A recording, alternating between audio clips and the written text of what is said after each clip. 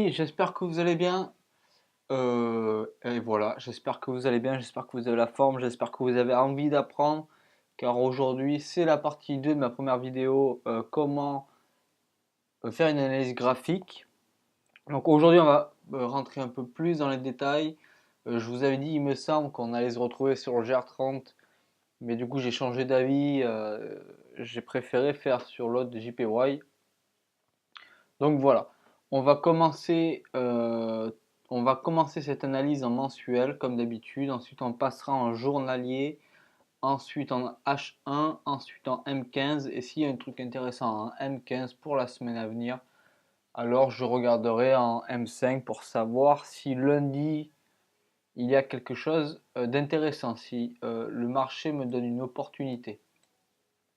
Donc pour entrer dans les détails, il vous faut pour une analyse graphique votre savoir, la masse de savoir que vous avez accumulé au fil du temps, parce que il y a des choses que vous devrez voir par vous-même et il n'y a pas de méthodologie, si vous préférez. Il faut que vous puissiez repérer par exemple une bougie qui vous permettrait de dire voilà, parce qu'une analyse graphique sert aussi à faire pencher la balance entre acheter et vendre, tout simplement en faisant juste, en calculant les probabilités, tout simplement.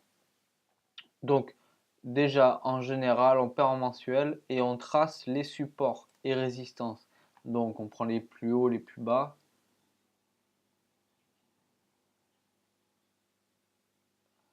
Voilà, donc les plus hauts, les plus bas, excusez-moi j'ai complètement bugué.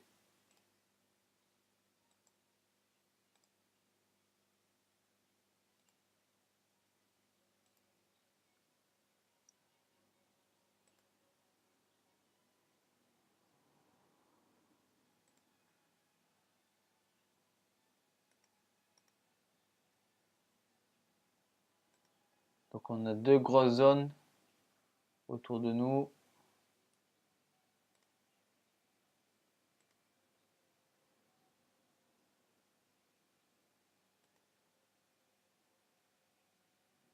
Hop hop hop.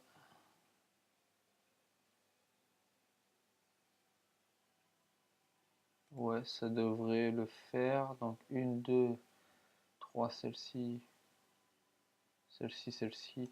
Donc on cherche évidemment là où ça rebondit, clôture ou plat clôture, c'est pas bien important. De toute façon, on peut pas être très précis entre guillemets.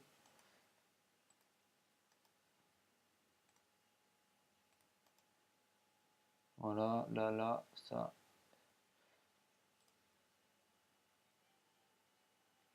ici, et voilà. Donc ensuite, bien évidemment, il va vous falloir. Après, c'est pas très chargé ici, donc on pourrait le laisser. Mais moi, ce que je fais, c'est que je me fais des petites zones avec un code couleur qui me permet de savoir si celui-ci est par exemple dédié pour l'hebdomadaire ou le journalier ou le H1.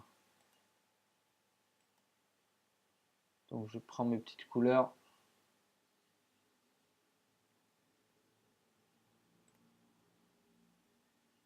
Je trace mes zones. D'autres sont plus petites que d'autres, c'est pas bien grave.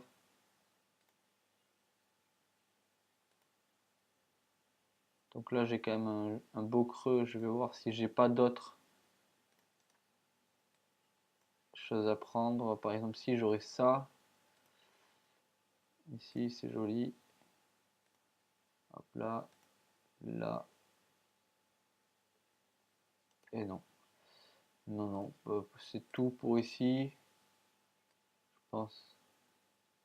Ouais, ça devrait le faire. Tac, tac, tac. Ok.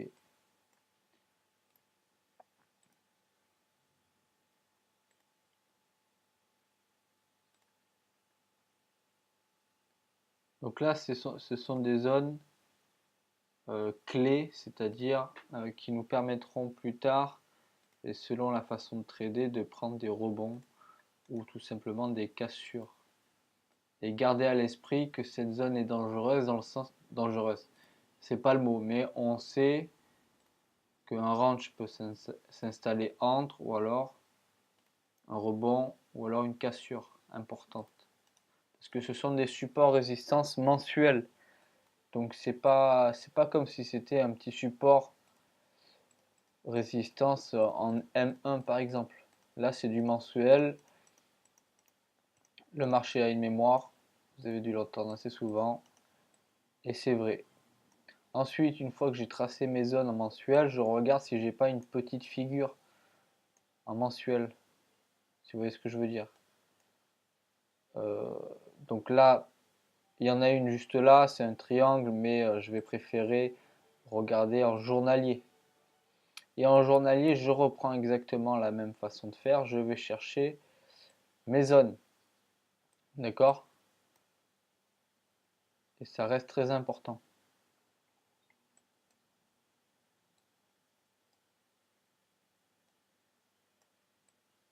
Les zones pour compléter un peu les blancs entre les grosses zones. Donc là, j'en ai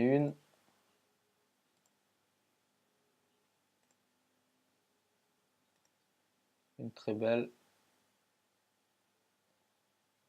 Là, j'en ai une autre. Ici, j'en ai une autre.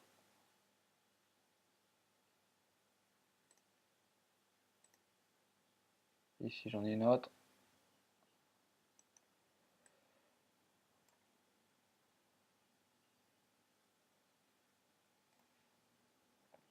Une fois que c'est fait, de toute façon, vous aurez plus à le faire. Donc ça, c'est à faire une fois et à regarder une fois par semaine, de faire un point sur ce qui s'est passé. D'accord? En fait, vous êtes juste en train de faire des plans, quoi, des suggestions.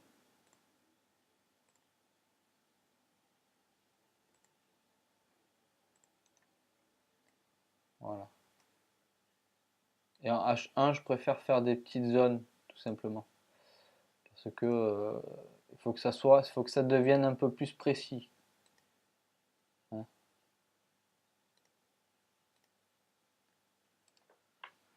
Voilà, donc là je prends encore le carré. Je vais choper, si je veux bien, s'il veut bien, putain de couleur.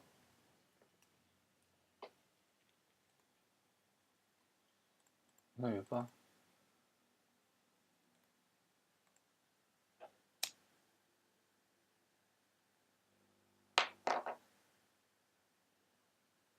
Je sais pas si j'ai pris la bonne couleur. Ah putain.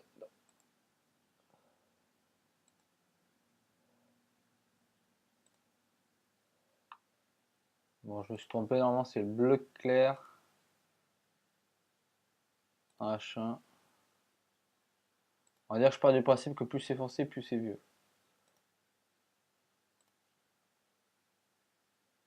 Dans le temps, je veux dire.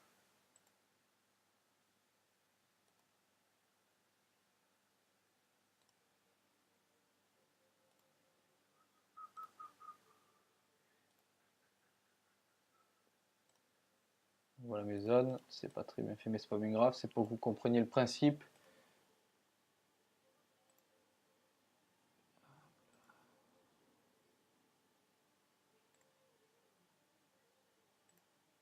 Donc les zones dans les zones, c'est pas dérangeant non plus.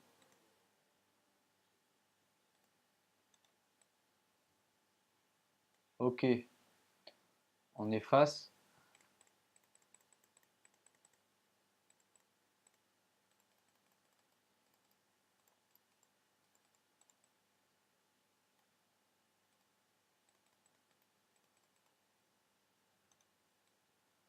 Donc voilà, j'ai un peu plus de précision concernant mon graphique. On est donc en H1, non, en journalier. Donc on peut essayer de se choper une petite figure. Qu'est-ce qu'on voit déjà? On voit qu'on est baissier.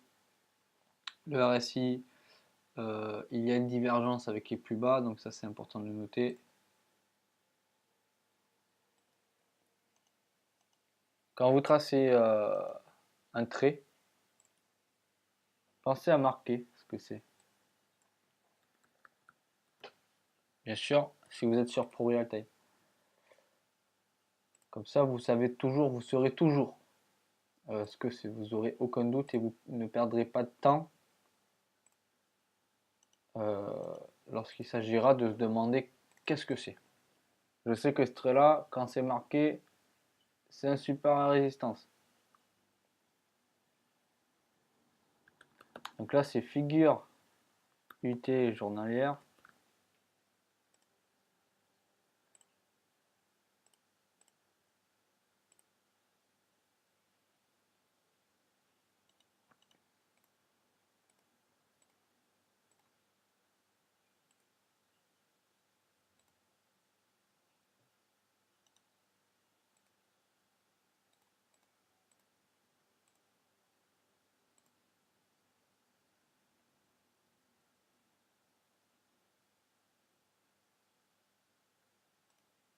Donc là, c'est assez joli. On a une belle bougie de retournement, presque, sur une zone et en plus sur la trendline supérieure de la figure. Donc on peut se dire, ok, c'est pas mal. On va tracer le milieu de la figure. Hop là.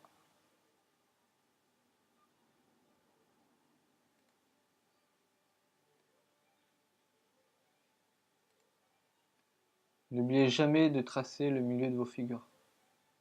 Ça reste quand même important.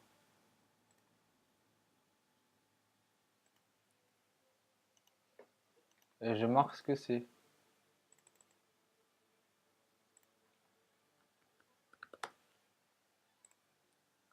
Voilà, je vire les fibos.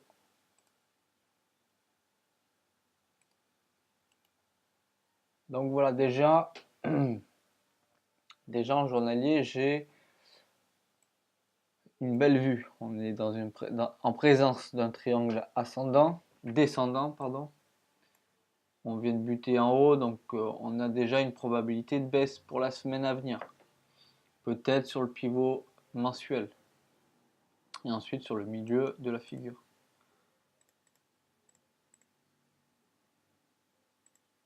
Bon, on passe maintenant au H1.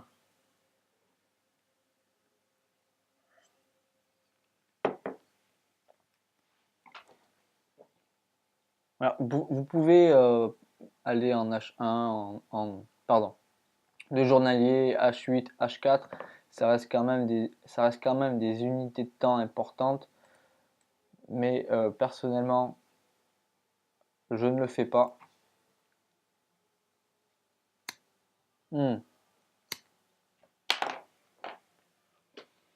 Donc là, on voit un truc super sympa. Je découvre le graphique avec vous, hein. Je n'ai pas travaillé je ne l'ai pas travaillé avant. Coup d'œil sur le RSI. Divergence entre les sommets. Le prix bloc.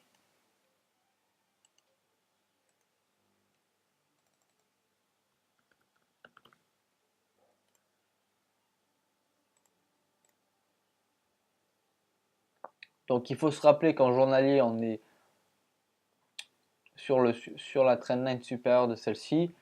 On a buté aussi sur une résistance, sur un support, sur une zone support-résistance. Donc là, on peut se dire qu'à partir de lundi, on peut chercher à vendre.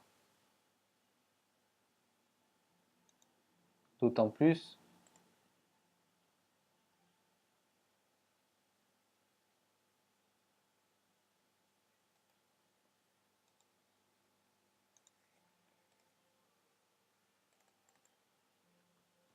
donc la trendline IT H1, pour me souvenir. Donc ça peut être sympa puisque on est sur la le mot est parti, il va revenir, il est revenu. Là, ça peut être sympa parce qu'on est au-dessus, sur la zone supérieure de la figure, donc on peut imaginer que le prix va chercher le bas de la figure, ou la casser ou pas, on n'en sait rien, mais pour le moment, moi, ce que je vois, c'est qu'on a une divergence RSI, le prix monte, le prix monte et le RSI reste bloqué, donc on peut se dire que le prix va pouvoir baisser. Hein, bon, on a quand même les trois moyennes mobiles qui sont haussières, il y a Shimoku qui est haussière, mais voilà. On peut se dire qu'à partir du moment que ça casse, par exemple, la moyenne mobile 50, on peut rentrer en vente pour aller chercher soit le milieu de la figure, soit le point mensuel, ce qui peut être pas mal. Surtout que souvent on voit ce genre de configuration, le prix monte, il monte fort, il fait une jolie tête là, puis ensuite il passe, on vend. Donc en une heure, maintenant que je sais à peu près où j'en suis en une heure, je passe en 15 minutes.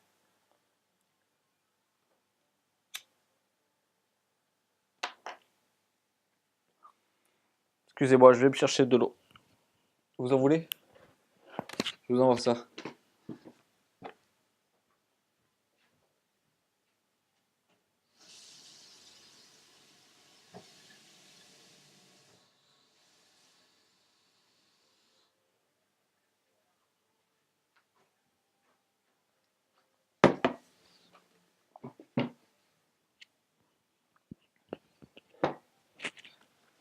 Donc,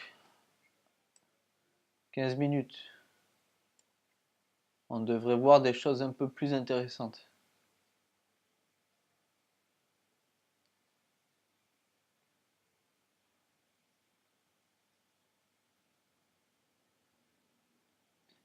Regardez comme le point pivot mensuel a servi.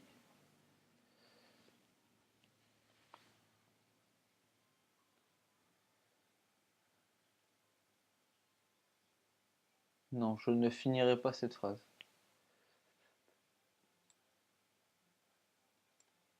Donc,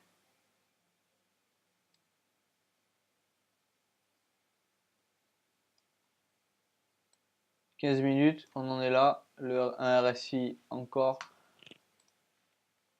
en présence d'une divergence.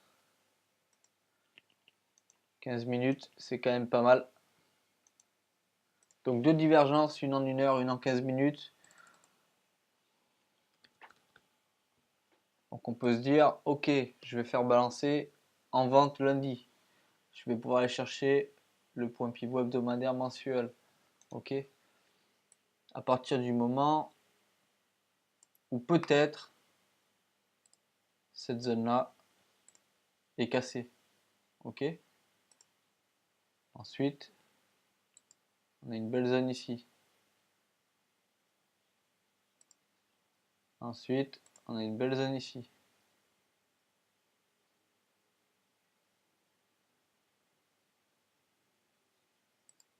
Voilà.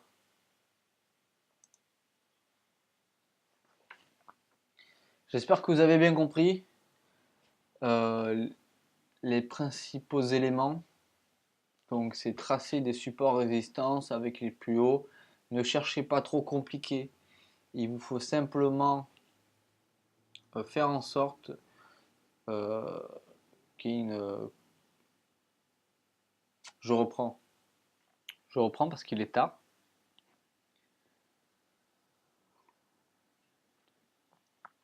Une analyse technique, ce n'est que une façon de faire parler le prix. Donc c'est votre interprétation. Attention, ok? C'est à vous de dégager les messages que le prix vous donne. Écoutez-vous, d'accord? Et faites peser le pour et le contre, les achats et les ventes. Là pour moi, lundi, avec les éléments que j'ai, si je ne casse pas cette zone, je suis vendeur. Si je la casse, je suis acheteur. Mais je favoriserai la vente à la cassure de cette zone rouge. Un pullback est possible, un double top est possible pour ensuite repartir à la baisse. D'accord? Mais voilà, on a deux divergences. On est en haut d'une figure. On peut aller chercher les plus bas. Ok? C'est comme ça qu'il faut procéder. Tout simplement, il n'y a pas d'analyse graphique, technique qui est irréprochable. D'accord? Faites-la comme vous le sentez, faites-le bien, et, il faut que votre graphique vous parle, tout simplement. Voilà, et mangez du graphique toujours, tout le temps, jusqu'à ce que... Personnellement, je dors trading, je bouffe trading, je trading. Voilà. Et c'est une vérité. Si vous voulez réussir dans le trading, il vous faut manger du graphique tous les jours. Et si vous n'êtes pas passionné, ça ne sert à rien. Ok? Sur ce, n'hésitez pas à vous abonner, à liker, à commenter, à m'ajouter sur mes réseaux. Je donne de temps en temps quelques conférences. Enfin non, je donne de temps en temps des cours privés sur Skype. On se partage les écrans, on me pose les questions et puis moi j'y réponds. On peut même faire des analyses graphiques ensemble. Il n'y a pas de souci, j'ai le time. Enfin non, j'ai pas le time, mais on va pouvoir le trouver. On peut toujours s'arranger. Si vous êtes motivé, je vous en prie, contactez-moi. Et je vous dis à la prochaine pour une prochaine vidéo, les gars. Bise.